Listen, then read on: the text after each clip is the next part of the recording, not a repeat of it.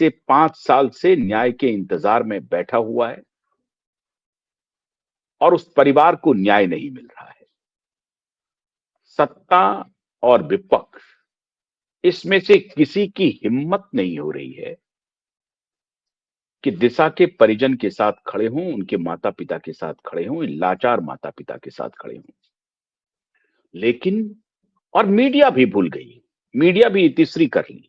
आज जो बड़ा न्याय का ढिंढोरा पीट रहे हैं, किसी जमाने में वो खड़े थे साथ में, लेकिन आजकल उन्होंने भी रास्ता बदल लिया है। क्या क्यूवाइब नेटवर्क भी ऐसा ही करना शुरू कर दे? ऐसा बिल्कुल नहीं है।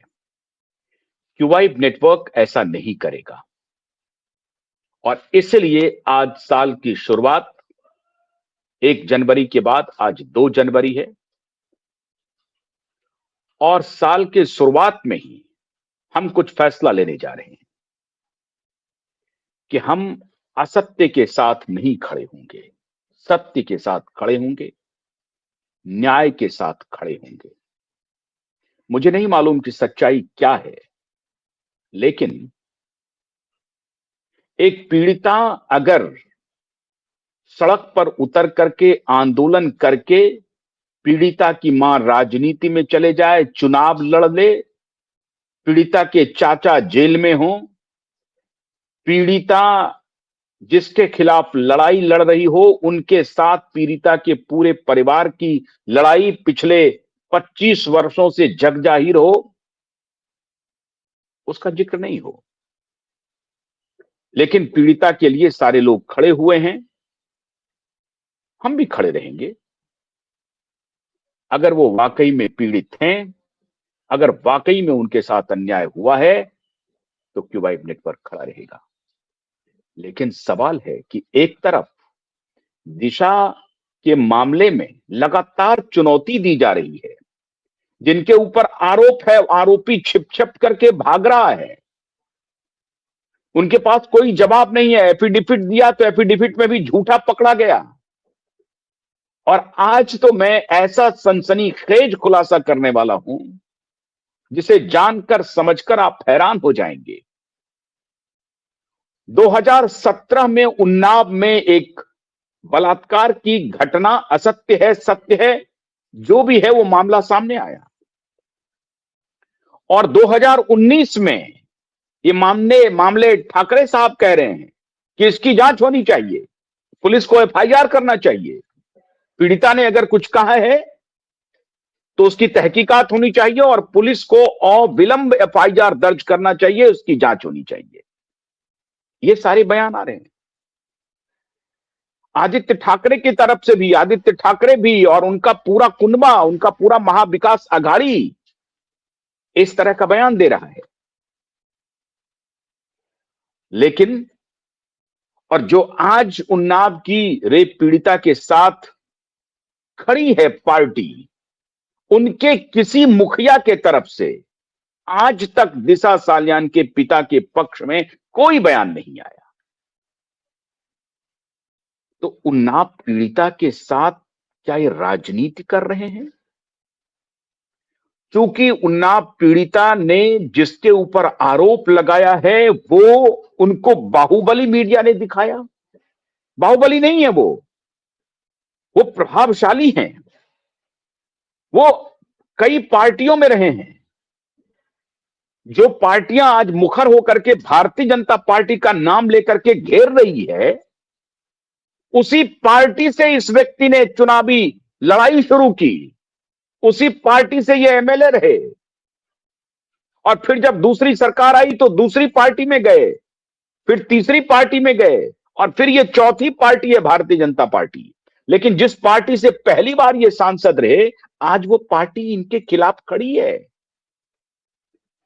और पीड़िता की मां को, पीड़िता के चाचा को अपने पार्टी में जगह दे रहे हैं, उनके साथ घूम रहे हैं। दिशा साल्यान के पिता के लिए एक शब्द नहीं बोल रहे हैं, एक शब्द नहीं कहा।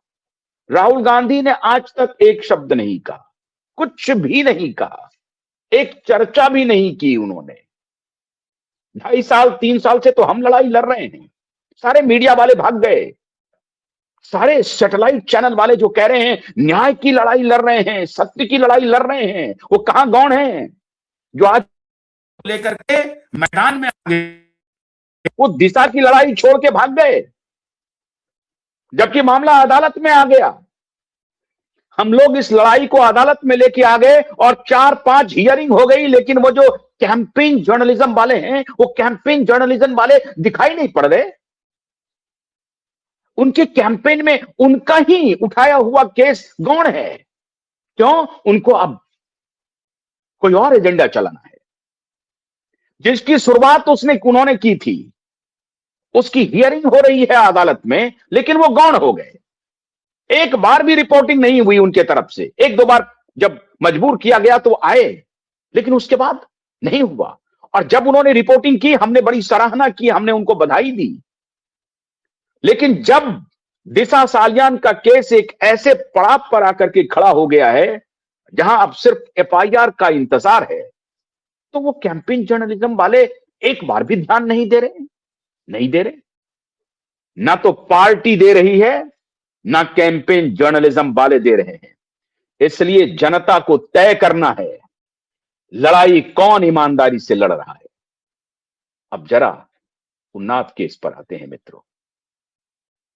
एक बेटी ने कहा है कि अगर मेरे पिता गुनहगार हैं तो उन्हें फांसी पर चढ़ाओ, मैं खुद लॉयर हूं और मैं देखना चाहूंगी कि मेरे पिता ने गुनाह किया है, उन्हें फांसी पर चढ़ा दो।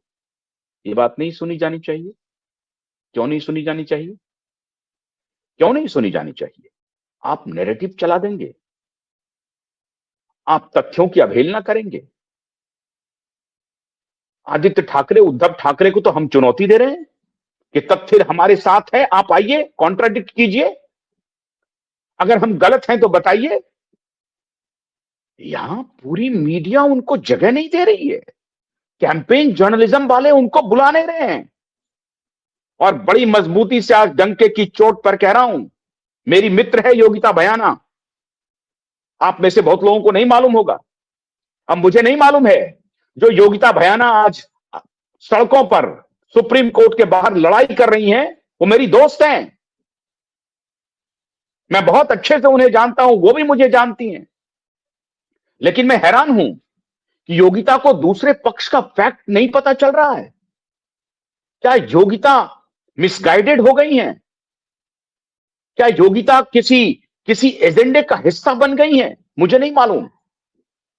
मैं पिछले काफी दिनों से संपर्क में था, लेकिन इस तरह से संपर्क में नहीं था 5-6 वर्षों में। लेकिन कुछ दिन पहले जब संपर्क